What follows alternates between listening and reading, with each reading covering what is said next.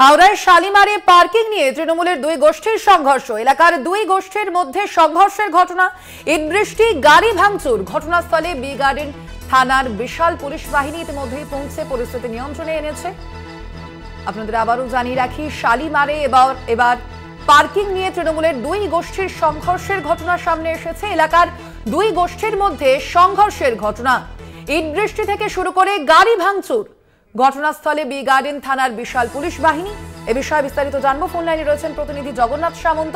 জগন্নাথ, এই মুহূর্তে শালিমারের কি পরিস্থিতি? এই যে সংঘর্ষের ঘটনা, তা কি এখনো পর্যন্ত নিয়ন্ত্রণে এসেছে?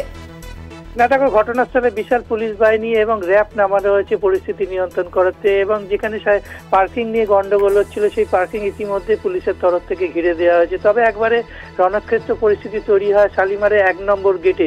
5 নম্বর গেটে যারা রয়েছে, সেই 5 নম্বর গেটের বেশ কিছু মানুষজন, অর্থাৎ প্রায় 300 থেকে 400 জন লোক এসে হামলা চালায় 1 নম্বর গেটে। এখানে অনেক বাড়ি ছিল, সেখানে বাড়ির টালি ভেঙে দেওয়া হয়, মহিলাদের মারধর করা হয়, এতটাই ইট বৃষ্টি করা হয়, ইট বৃষ্টি হয় যে প্রচুর মানুষের এখানে আহত হয়েছে, মাথা ফেটে গেছে, তাদের স্থানীয় হাসপাতালে নিয়ে যাওয়া হয়েছে।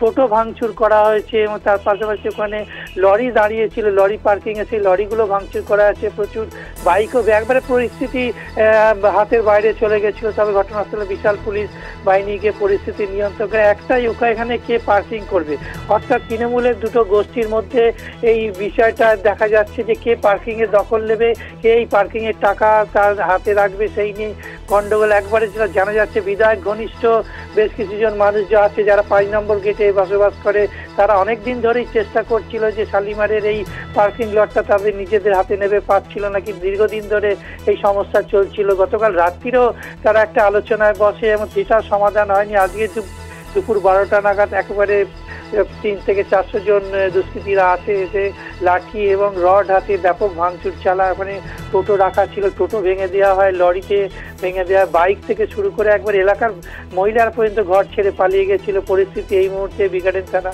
পুলিশ বেশ কিছু জনকে ধরপাকড় করছে, তবে এখনো কাউকে গ্রেপ্তার করা যায়নি। সিসিটিভি ফুটেজও খতিয়ে দেখা হচ্ছে। তবে যে পরিস্থিতি হইলে একেবারে তোলাবাজি, এই এলাকায় যে প্রমোটিং হবে, কার দখলের তোলাবাজি থাকবে, এই এলাকায় কোনো পার্কিং হবে, কে টাকা নেবে, তৃণমূলের দুই গোষ্ঠীর মধ্যে এই দীর্ঘদিন ধরে সমস্যা ছিল। আজকে রণক্ষেত্র তৈরি হলো।